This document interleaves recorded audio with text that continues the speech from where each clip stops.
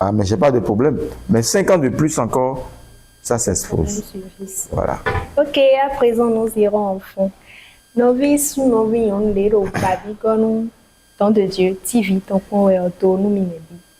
Et ne, mido, jodo do po, voyant do hodo, jono mi kono montegwe tegwe ojenwe.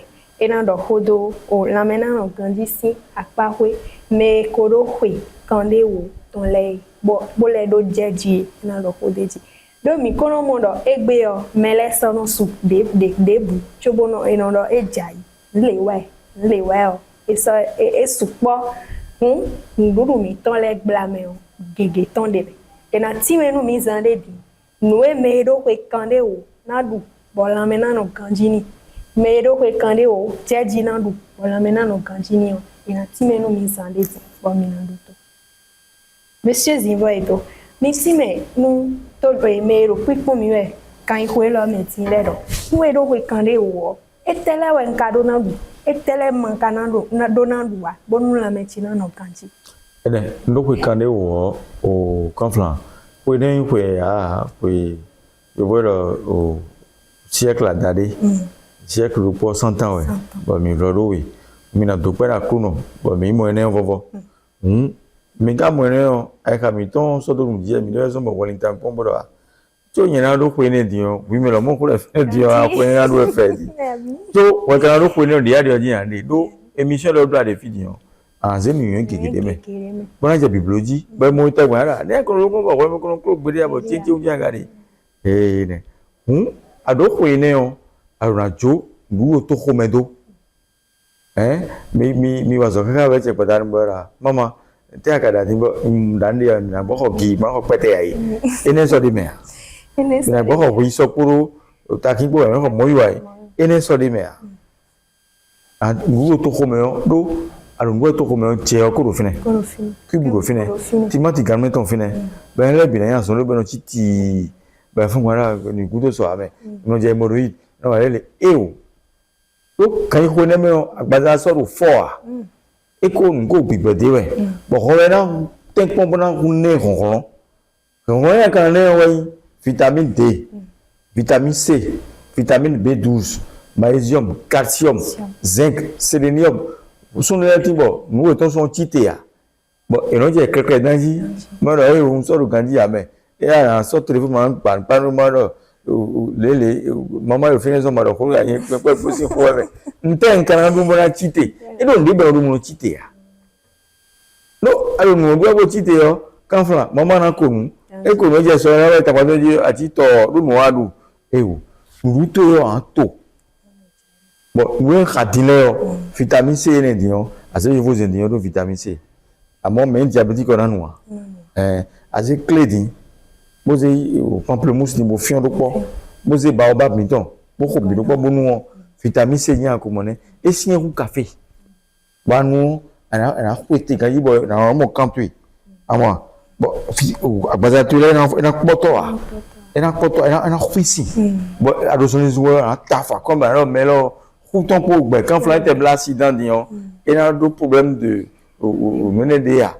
et ya so plate do en ya ucha quand flan e gbe wu dion papa ya kuni do e tu mu de yo donc ado ko ene le yo ne ti basan do quand flan no ko moni kun do ki me pum de kilo 5 kilo 2500 ben non solo si me pum da pum no pan pum no blo jareji kabi blo ja na se azinde me ben du no vivi me ben blo e o kwa so do le de andu ya quand flan so no zene di lapin ne le no yin bo na ndu kama o lapin do ne ben do sombo o muscle to le do kanji avant et azin ene le asidu asonwe do semaine do po me yawu so do khoto me o quand flan comme ko do revi si so ko ben no to ran gba no 23h papa ko ma ko no gare moto no ko comme do sachet mo ze fegbe bon ko ka mo ra me le so tunda ya ene le de so de me do ko me bleu de yo on we me blado sachet me blado cancer ne ko te finene bon ko no we pa tegwe afon ado ma digérer ne adu comme 23h ga mi a ti digérer yi ko gbe me zanji ka ba ina ho do nu ne nu version we donc on est là mais en dessin wala mais on a c'est abokun abokun vovo wewe podo phone yo po bona libi bona ja agbade do agbade yo po vu le ton e OK.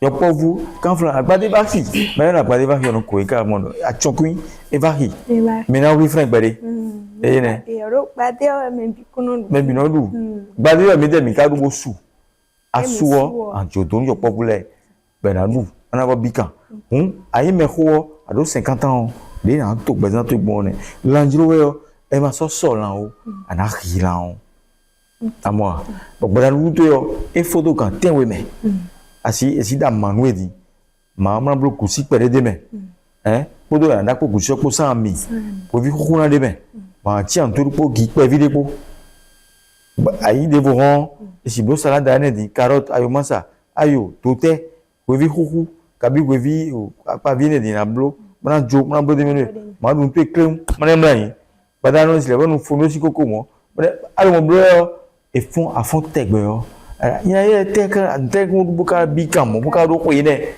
et mon kwa we tatu yo ça ne veut rien dire aron john we donc et so et confier à zone 50 ans 55 ans bon regarde si so blo a tu dois dire que quand flan au couteau il y a ala tek mo quand il ko ne me on ala toka bonan de o quand flan babale sa tchangare bo no bro ma we papa le badale na zi o no me pita mana fifi ma la duwe baba ka no sa ayuma sa ye no du tango la onji wala ko la puro même beaucoup de piment même beaucoup de piment azei badanu mi ko giani adupo gi ko ju mlan jo kede e adu ba ay mlan bo ka fon bo je ko maison ji bo je ni tuto yi e o e fo so do na du mule a ene de ran to gbese ton mo ne o be si pe kande ne le nu ana mo pe wo gona be na pe kande wo mo dion adona je habitude adona nwe anu bule adona je didi oji pere très bien anje didi oji pere wo rando cuisinier nutritionniste OK de ado avocat bon bodo médecin bon alors donc cuisinier nutritionniste pas tout le toto il va le téléphone et mi ko machine le ba mi ngemi adun e ro mi ngemi adun debu e mi adun debu ko ya iro o me no wa ruzo ma do me na ho aso je ni ori toto ro ko machine le wa so ayi ko me no ruzo ya ma si o ma ka pon ma do amachine toto won ayon amo e do c'est comme si me do ko me be téléphone di bo ndo produit de honey ba mo o TikTok tiji page tiji ba iro mo produit ho mi le livreur ba mo no fi ho le ori ni jan sanu a awon du wa o teri ba ba nu je ta won ba akara je ni sanu mi ba pondo podu e ado mo ko to le kon ka ko na bi do mi 65 ans o diabétique bon nu fi ho le ori ana jo agbeliodo Burajo wodo, wocho bo nuye to na waso. Atuna tan bi lo telephone jo répondre a. Bi mo semi ra moya. Mo e po ma mi o me ka je 65 ans ye ko tun lo. De we do mi de o yan so mi ton o tun. Bero bo jo asama sa mi bo si sa ko do mi de ya. Ana yi gbe mo na zian da kon. Mo lo meji na jo nlele to ati odo lo ene na waso. Manze mo bi lo ta se bo lo meji de ke nuye ton ko waso. En gros, ils font rien, mais ouais. Bon, on a bien nous d'agber, mais tu vois, il y a un oiseau. Et alors, vous allez reprendre ce que les conseils que vous venez de donner, vous les reprendrez en français pour que nos téléspectateurs puissent comprendre que au-delà de 50 ou à 50 ans, il faut quand même faire la part des choses et s'adapter à un style d'alimentation. Alors, à 50 ans, il faut savoir que vous avez fait demi-siècle. Et demi-siècle, il faut sortir des aliments exogènes. C'est quoi les aliments exogènes? C'est les aliments qui ne vous apportent rien de concret. Les aliments dénutris. Je prends par exemple le pâté. Je prends par exemple le shawarma. Je prends par exemple le pizza. Je prends par exemple des salades que nous consommons en ville. Voilà des aliments qui peut-être par plaisir, vous pouvez prendre ça pour échanger le climat. Mais vous devez avoir une discipline alimentaire orthodoxe, propre à votre personnalité. C'est pourquoi je dis, c'est une question de personnalité. Parce que Quand tu as 50 ans, tu ne peux plus prendre un médicament comme un enfant de 30 ans. Non. Donc, tu dois faire un bilan de santé pour te connaître. Ah, sur le plan du cœur, je suis comment? Sur le plan du foie, je suis comment? Sur le plan du rein, sur le plan du pancréas, ainsi de suite, des yeux. Parce qu'il y a des gens à certains âges, ils ont le problème de rétine. Donc, il faut aller voir ton ophtalmo pour voir est-ce que tu as la tension oculaire. Qu'est-ce qui cause la tension oculaire? Je vous dis par exemple, la pâte de maïs seule peut provoquer la tension oculaire. Beaucoup ne savent pas. Parce que le maïs est à base d'engrais. Exactement. Donc, tu consommes des bourratifs. Alors, il faut se référer aux céréales à grains entiers. Et les céréales à grains entiers, il y a le sorgho, le mil, le sorgho blanc, le sorgho rouge et le fonio. Alors, ces trois éléments, tu peux faire la pâte de ça et manger. Tu fais la bouillie de ça et manger. Quand tu as envie de prendre, par exemple, du piron, le piron, tu peux mettre du curcuma dedans parce que c'est un anti-inflammatoire. Que tu fais ça. Et le piron doit accompagner le moyo. Oignon, ail, tomate, poivron rouge, poisson sec, doré, tiawa ou bien lisi. Et tu fais un peu de piment là-dessus, tu manges. Là, tu favorises le côlon. Il y a des gens qui ont le méga côlon. Et le méga côlon, ça prend du temps avant de mastiquer. Parce que l'estomac, c'est le chaud. Donc, les sucres gastriques, les sucres pancréatiques, tout cela pour mastiquer. Donc, tu dois avoir une discipline personnalisée envers toi-même. Et quand tu fais cet exercice, tu vas sentir que à peine tu vas rencontrer un diététicien, un médecin, peut-être 2 fois dans l'année ou bien 3 fois dans l'année. Et là, ça te reconduit vers 1 an, 2 ans, 51, 52, 53, et tu te maintiens. Tu te maintiens et bizarrement, banalement, divinement, tu te retrouves dans 90 en énergie encore parce que tu te contrôles. Ok, voilà. Merci beaucoup à vous. Et au-delà de l'alimentation, est-ce que vous avez d'autres questions, d'autres conseils du moins pour nos téléspectateurs, les conseils qu'ils doivent prendre en compte à 50 ans ou au-delà de 50 ans, des trucs qu'ils doivent faire, les activités sportives qu'ils doivent faire pour pouvoir maintenir ou éliminer, comme vous venez de le dire, par les sueurs ou la transpiration, éliminer certains trucs dans l'organisme. Très bien, c'est pourquoi je suis sophrologue. C'est ça la sophrologie. La sophrologie, c'est l'étude du stress. Libérer le potentiel négatif de soi, c'est-à-dire les blocages, les pensées. Hein? Je suis veuf, non. Quand tu commences à dire, tu t'arrives mentalement. Oui. Donc, tu te dis, je suis passager. Et tu fais des exercices de maison. Tu peux prendre de l'eau tiède dans une bassine, tu mets tes pieds dedans avec du sel, tu restes comme ça. Pendant 15 minutes, tu fais comme ça. Tu fais comme ça, tu détends les nerfs. Quand tu fais déjà ce mouvement seul, mentalement, tu retrouves une vibration. Intérieurement, tu favorises la digestion. Et tu n'as plus des accumulations au niveau du pied.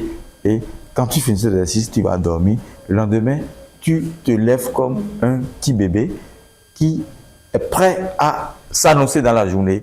Et deuxième chose, ne nous attachons pas au matériel. Il y a des gens qui ont 50 ans, qui sont encore dans la location, qui sont soucieux. Non, ne vous souciez pas de ça. Dites-vous, peut-être ça peut venir, si ça vient ou pas, l'essentiel c'est d'accrocher au quotidien et éviter des dettes. Oui. Surtout. Des dettes. Les dettes ne sont pas bonnes. Les dettes détruisent. C'est le cortisol. Ça amène du stress. Stress. Voilà. Ok. Les dettes et tout ce que vous venez d'entendre amènent du stress. Pour éviter ça, prenons notre santé au sérieux. C'est la fin de cette émission, chers téléspectateurs. Merci de nous avoir suivis. Merci beaucoup à vous, Monsieur Zivoigo, pour le passage. Et rappelez-vous bien manger après 50 ans, c'est investir dans votre santé pour des années à venir.